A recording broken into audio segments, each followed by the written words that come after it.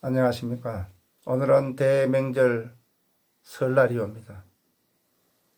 그러나 감사의 인사를 드리지 못하는 점을 양해해 주시기 바랍니다. 하나님을 믿는 백성, 모든 교인들은 오늘은 머리 숙여 아버지께 살을 찢는 고통의 마음으로 회개하며 기도해야 될 것입니다. 아직 대한민국 국민 절반 이상이 우상을 숭배하고 있다는 점은 모든 믿는 우리들의 몫이라고 생각합니다. 또한 그 중에서도 높은 지위에 있는 목사님, 장로님들이 더 큰 죄가 있을 것입니다. 왜냐? 우리가 살아가면서 은행 문턱이 높다 하지만 말로는 항상 문이 열려 있다는 그 성전을 저는 은행 문턱하마 더 높은 곳입니다. 은행은 돈을 빌려주는 곳이기 때문에 내가 돈을 받아야 되기 때문에 문턱이 높을 수밖에 없지만 교회 성전에는 내가 내 돈을 주고 다녀야 하는데도 문턱이 높은데 어찌 성전에 들어오기가 그리 쉽겠습니까?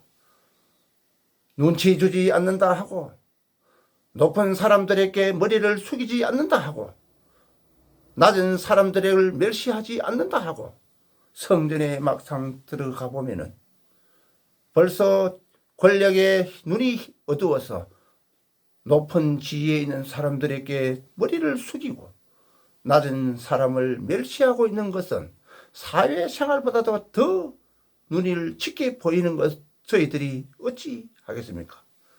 낮은 자리에 있는 제가 보았을 때 성전에서 높은 분을 보는 것이 하나님 보는 것보다 더 무서울 때가 많이 있습니다. 안타까운 일이지요. 그리고 돈이 없으면 교회에 나올 수가 없는 이 현실을 어찌 답하실런지요. 말씀은 좋게 하시지만은 사람이 어찌 마음 따라 갈 수 있겠습니까? 그래서 애 속담에 열길 물속은 알아도 한치 안 되는 사람의 마음속은 알 수 없다 하였습니다. 어여쁜 여자를 보고 앙칼지고 눈이 농크랗고 못된 여자에게 하는 말이 마음이 고와야 하지 얼굴이 예쁘면 다냐 합니다. 그리 말을 하고 돌아서서는 예쁜 여자를 따라다니는 이중적인 것이 인간이 아니겠습니까? 높은 사람들에게 머리 숙이지 말고 낮은 사람들에게 멸시하지 말라 하면서도 어느새 낮은 사람에게 멸시를 하고 높은 사람에게 머리를 숙여서 부스러기라도 얻어먹을 것이 없느냐 둘러보는 것이 우리들의 현실이고 이중적인 마음이 아니겠습니까? 그것을 달래기 위해서 하나님 예수 그리스도께서 그 모든 죄를 십자가에서 피 흘리시면서 저희들을 위해서 죽으셨습니다. 그리고 깨끗한 몸으로 다시 부활하셨습니다. 그래서 목사님이 말씀하실 때마다 우리는 죽었고 다시 태어난다 하였으면서도 사람들 하는 행동을 보면은 세상 사람보다도 더 악하고 악한 것이 교회 성전에 있는 사람들입니다. 돈이 없으면 교회 다닐 수 없지요. 11조 헌금을 내지 않으면 하나님께 벌 받는다 하고 감사 헌금을 내라, 선교 헌금을 내라, 건축 헌금을 내라, 장학 헌금을 내라, 불의요 돕기를 하라, 오만 가지 각색의 종류의 헌금을 모아놓고 그것을 다 가난한 자께 나누어 준다 하면서 엄청난 교회의 비리를 보았을 때 그리고 성성장부하는 교회를 보았을 때 과연 그 코 묻은 돈 정말 힘들게 어렵게 벌은 그 돈이 정말 어디에 쓰이는지 감히 여쭈어보지 않을 수가 없습니다. 저는 교회의 문을 정말 은행 문턱보다도 높은 교회의 문턱을 스스로 낮춰야 된다고 봅니다. 교회는 돈을 주고 가면서도 교회의 문턱이 높습니다. 은행은 돈을 빌리러 가기 때문에 당연히 높은 것이지만 내가 돈을 내고 다녀야 하는 이 성전은 일찍 그리 높을 수 있는지요. 어떤 교회에서 하신 말씀이 있습니다. 감히 누가 장로에게 그런 말을 하느냐. 계급이 없다 하면서 감히 누가 장로에게 이런 말을 할 수가 있겠습니까? 많은 성도 여러분, 저도 교회에서 정말 회개하고 하느님을 열심히 믿고 싶습니다. 세상에 있을 때는 너무나 못됐고 거름뱅이처럼 쓰레기처럼 살았습니다. 교회에서 많이 변했다고 봅니다.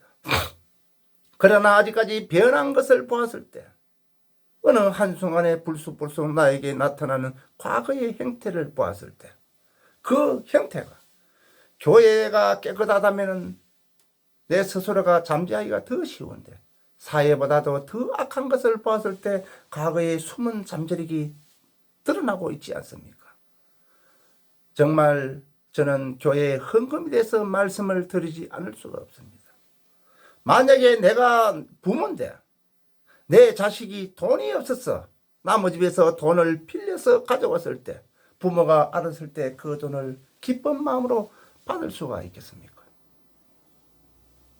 자식이 아버지에게 돈을 주는데 아버지 용돈을 20만 원을 주려고 봉투에 넣어왔다가 아까워서 다시 10만 원을 빼고 10만 원을 받았을 때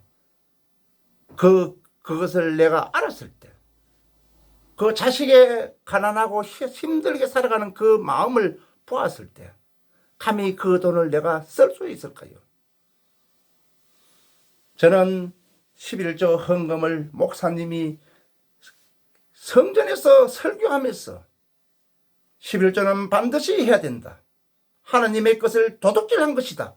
이렇게 엄한 경고의 말씀을 내려서 많은 성도들의 가슴에 상처를 주어서 성전에서 떠나게 하지 마시고 정말 옳은 목사님, 하나님의 복을 받고 하나님의 성령으로 말씀하신다면 11조가 무엇이 필요가 있느냐? 마음의 문을 활짝 열고 성전으로 들어와라. 감사헌금도 필요 없다. 건축헌금도 필요 없다. 천막에서 예배를 드리면 어떻겠느냐? 여러분들의 마음이 하나님을 향하여 있고 주님을 향하여 있다면 돈이 없어도 좋으니 마음의 문을 열어놓고 배고프면 한 끼 굶으면서 금식 기도를 하면서 같이 예배하면 어떻겠느냐? 이런 마음으로 성전의 문을 열어놓았을 때 저는 더 많은 성도들이 공감을 하고 호감을 한다고 봅니다. 그래서 우리 대한민국의 많은 교회들이 부패하고 무너진 원인은 바로 헌금 때문이라고 봅니다. 아버지의 돈을 도둑질한다고 성전에서 말씀하시는 목사님의 그 말씀에 그 많은 성전 교인 성도들이 상처를 어찌 생각하지 않으신지요? 그렇게 말씀을 하시면은 하나님께서 얼마나 감사한지는 모르겠으나 수십만 명의 성도들이 가슴에 상처를 받는다는 것도 알려주십시오. 저는 단지 내 개인적인 생각입니다만은 하나님께서 기쁜 마음으로 성령 충만한 마음으로 내가 벌었는 돈을 성전에 올렸을 때 그 돈은 하나님께서 기쁘게 받아 쓸 것이고 내가 돈을 11조 헌금을 하는 것이 아깝고 또 아까울 때는 강제로 하는 것이 아니라고 생각합니다. 그 돈은 당연히 하나님이 받으시지 않고 사단이 가져간다고 봅니다. 그래서 이 많은 교회가 기쁜 마음으로 내는 헌금보다도 아까운 마음, 내고 싶지 않은 마음으로 많은 돈을 내었기에 그 사단이 돈을 많이 가져갔기에 교회가 부패되었지 않나 생각합니다. 정말 사랑하고 존경하는 목사님, 앞으로 11조의 문을 활짝 열어놓으시고 가지지 않는 자, 없는 자, 낮은 자도 편안하게 성전에 돌아올 수 있도록 입술로 낮은 자를 사랑한다 말을 하지 말고 또 내 교회 사람만 교인이라고 생각하지 말고 모든 믿는 자들의 형제들을 다 같이 가슴 아픈 마음으로 돌아보았을 때 우리 대한민국의 교회가 진실하게 회개하고 하나님의 교회로 다시 돌아올 수 있다고 생각합니다. 천주교에서 왜 개신교로 다시 기독교가 탄생했습니까?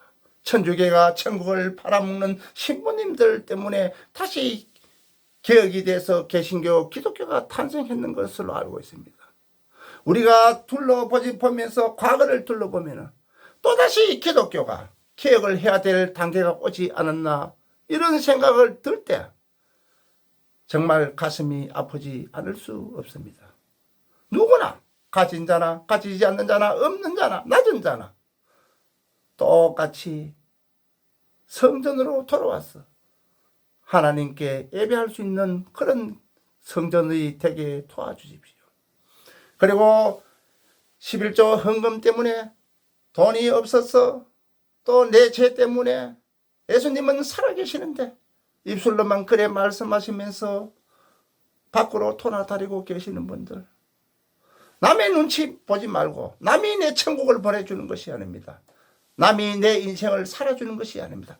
잠시 잠깐의 고통을 참고 견딘다면 우리 다음 세상에는 정말 하나님을 볼 것이요 하나님의 자녀가 될 수 있을 것입니다.